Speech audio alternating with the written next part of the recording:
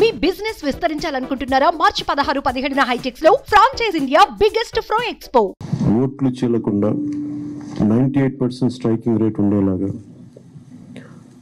ఎక్కువ స్థానాలు తీసేసుకొని ఎక్స్పెరిమెంట్ చేసే కంటే కూడా తక్కువ స్థానాలు తీసుకొని రాష్ట్ర ప్రజలకు ఉపయోగపడేలాగా ఈరోజు నేను చూస్తుంది కూడా రాష్ట్రాన్ని ముందు ఒక గాడిలో పెట్టడం, పార్టీ ప్రయోజనాలను దాటి వ్యక్తి ప్రయోజనాలను దాటి రాష్ట్ర ప్రయోజనాలను దృష్టిలో పెట్టుకొని 2014 నుంచి మనం నలుగుతూ ఉన్నాం.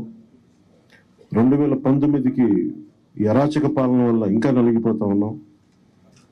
ఇలాంటి సమయంలో నేను చాలా నిర్మాణాత్మకంగా, చాలా బాధ్యతతోటి అన్నీ ఆలోచించి, చాలామంది పెద్దలు 45 స్థానాలు కావాలి, 70 స్థానాలు కావాలంటే ఒకటే చెప్పాను అందరికీ, 2019లో కనీసం నాకు ఒక 10 స్థానాలు ఉండుంటే ఈరోజు ఎక్కువ స్థానాలు తీసుకొని ఒక మంచి చక్కటి అవకాశం ఉండేది.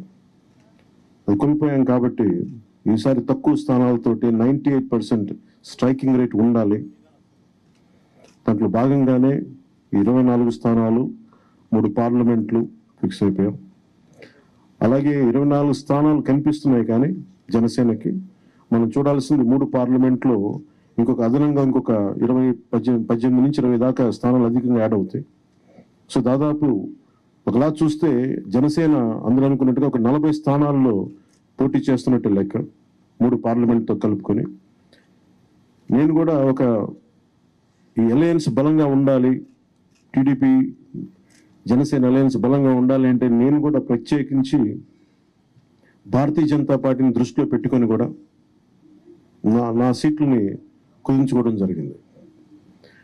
ఇది మన నాయకులందరికీ కూడా వ్యక్తి ప్రయోజనాలను పక్కన పెట్టి రాష్ట్ర ప్రయోజనాలని ముందుకు తీసుకెళ్దాం. ఓటు ట్రాన్స్ఫర్ అయిన రోజున ఎవరైతే త్యాగాలు చేశారో, ఎవరైతే కష్టపడి పనిచేశారో ప్రతి ఒక్కరికి పేరు పేరున ఈ సభావేదిక మీదుగా నేను తెలియజేసుకుంటా ఉన్నాను.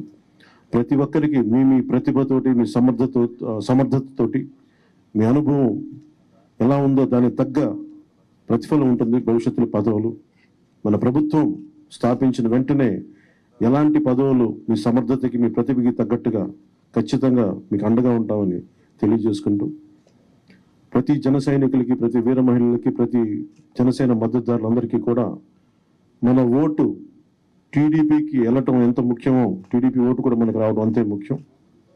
జనసేన ఓటు ఖచ్చితంగా టీడీపీకి ట్రాన్స్ఫర్ అయితేనే ఈ రాష్ట్రం చాలా అద్భుతంగా ఉంటుంది. ఎట్టి పరిస్థితుల్లో కూడా ఓటు ట్రాన్స్ఫర్ అనేది ఖచ్చితంగా జరగాలి. అందుకని ఎలాంటి పొరపచ్చాల మధ్యలో 1-2 వచ్చినా, వైసీపీ దుష్ట పన్నాగాలు పని ఏదన్నా ఎలాంటి విభేదాలు సృష్టించినా వాటిని మేమందరం సమర్థవంతంగా ఎదుర్కోవడానికి, కలిసికట్టుగా ఎదుర్కోవడానికి మేము పూర్తి సంసిద్ధతతో ఉన్నాం. ఆయన సిద్ధమని చావగొడతా ఉన్నారు. బాబు నీకు యుద్ధం ఇస్తాం, నీకు